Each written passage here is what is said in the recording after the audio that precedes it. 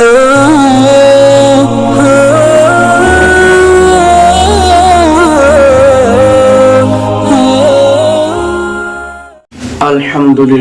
رب العالمین والعاقبۃ للمتقین الصلاۃ والسلام علی سید الانبیاء والمرسلین اما بعد فاعوذ باللہ من الشیطان الرجیم بسم اللہ الرحمن الرحیم۔ السلام علیکم ناظرین، پروگرام نور اسلام اور میں ہوں آپ کا میزبان قاری مشتاق احمد شاقی اور آپ دیکھ رہے ہیں دیکھو اسلامک ٹی وی۔ ناظرین کرام، اللہ تعالیٰ کے فضل و کرم سے، اس کی عطا کردہ توفیق سے آپ کی خدمت عالیہ میں ایک بار ہم پھر حاضر ہیں۔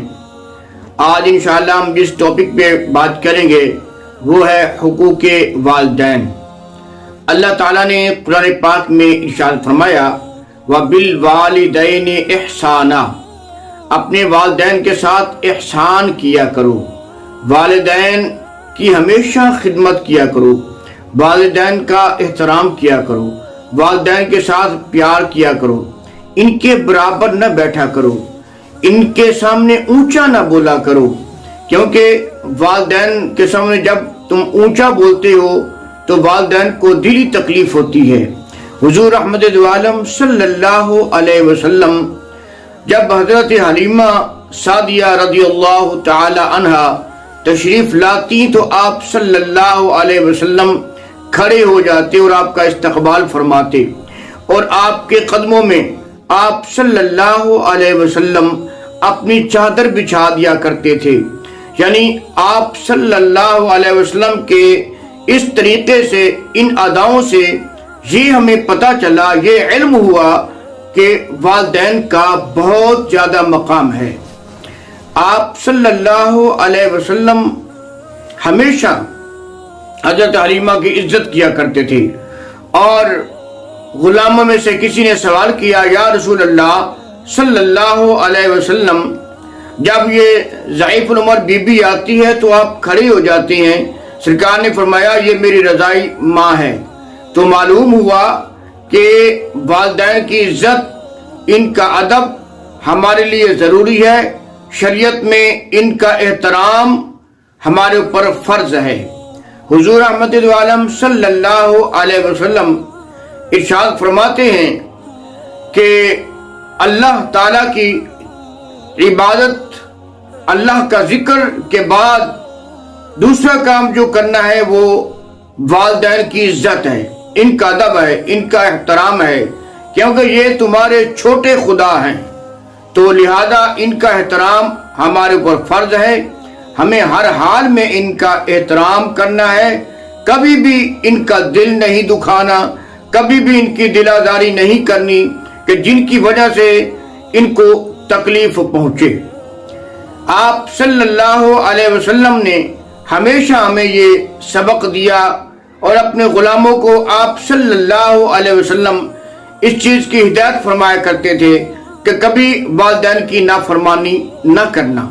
آپ صلی اللہ علیہ وسلم ایک بار مسجد میں تشریف لائے، منبر پہ جلوہ فکن ہونے لگے تو آپ نے پہلی سیڑھی پر قدم رکھا تو آپ نے فرمایا آمین، پھر آپ نے منبر کی دوسری سیڑھی پر قدم رکھا تو پھر آپ نے فرمایا آمین، پھر آپ صلی اللہ علیہ وسلم نے منبر کی تیسری سیڑھی پر قدم رکھا تو پھر آپ نے فرمایا آمین۔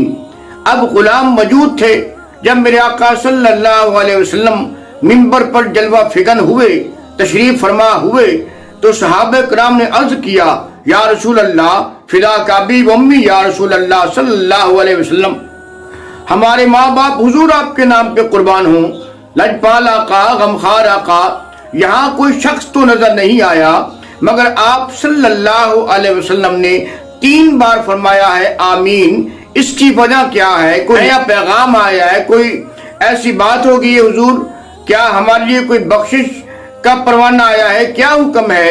تو آپ صلی اللہ علیہ وسلم نے ارشاد فرمایا ابھی میرے پاس جبریل امی آئے تھے، جب میں منبر پہ چڑھنے لگا تو جبریل امی آئے، جب میں نے پہلی سیڑھی پہ قدم رکھا تو انہوں نے کہا جس نے ماہ رمضان کو پایا مگر اس کے روزے نہ رکھ سکا اور ماہ رمضان کا احترام نہ کر سکا تو وہ ہلاک ہو۔ میں نے کہا آمین۔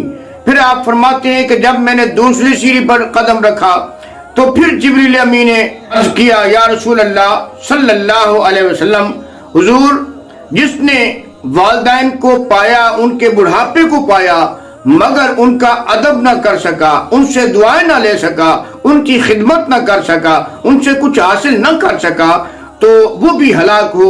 سرکار فرماتے ہیں میں نے پھر آمین کہا اور تیسری بار حضور فرماتے ہیں جب میں نے تیسری سیڑھی پہ قدم رکھا تو جب میں نے تیسری بار آمین کہا تھا اس وقت جبریل نے یہ کہا تھا کہ حضور جس نے آپ کا نام سنا اور آپ صلی اللہ علیہ وسلم پر درود و سلام نہ پڑھا تو وہ بھی ہلاک ہو۔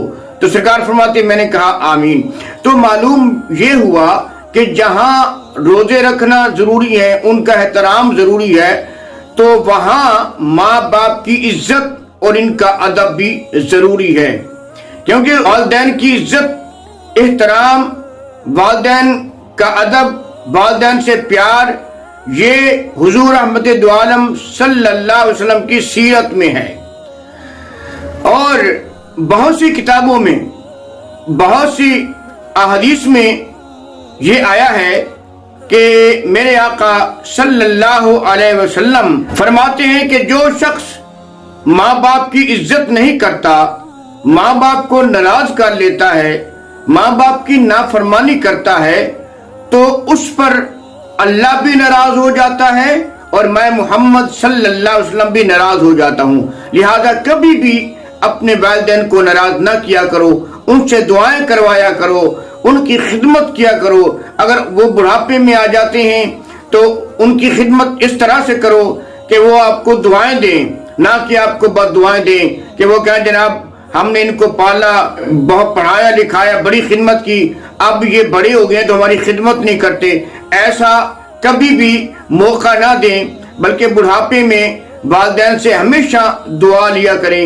انشاءاللہ دنیا، آخرت، قبر، حشر اچھی ہو جائے گی اور میرا اللہ بھی خوش ہو جائے گا اور میرے آقا صلی اللہ علیہ وسلم بھی خوش ہو جائیں گے۔ گزشتہ رمضان شریف میں ایف ایم پہ پروگرام کر رہا تھا تو اسی موضوع پہ میں بات کر رہا تھا، تو ایک شخص سن رہا تھا جو کہ 2-3 سال سے والدین کو مطلب اس نے دور کیا ہوا تھا، ان کے ساتھ ناراض تھا اور ان کے ساتھ اس نے تعلق ختم کیا ہوا تھا، والدین کو اس نے ناراض کیا ہوا تھا۔ تو جب اس نے پروگرام سنا تو پروگرام سننے کے بعد مجھے پھر دوسرے دن کال آئی کہ جناب وہ شخص آپ کا پروگرام سننے کے بعد فوراً اپنے والدین کے پاس گیا، جا کر اس نے معذرت کی اور آج اس نے والدین کی افطاری کی ہے۔ تو یقیناً میرا مقصد جو تھا وہ پورا ہو گیا، کیونکہ مقصد یہی ہے کہ پیغام سن کر، اسلامی جو ہم گفتگو کیا کرتے ہیں یہ سن کر اگر ہزاروں میں سے چند لوگ بھی راستے پہ آ جاتے ہیں تو مقصد پورا ہے۔ اللہ تعالی ہم سب کو دین اسلام پر استقامت عطا فرمائے، حضور کی سچی محبت اور پنجتن کی سچی نوکری اور اپنے خالق کی ہمیں بندگی کی توفیق عطا فرمائے۔ پروگرام نور اسلام کا وقت اپنے اختتام کو پہنچا۔ اپنی میزبان قاری مشتاق مشاقی کو اجازت دیجیے۔ اللہ حافظ۔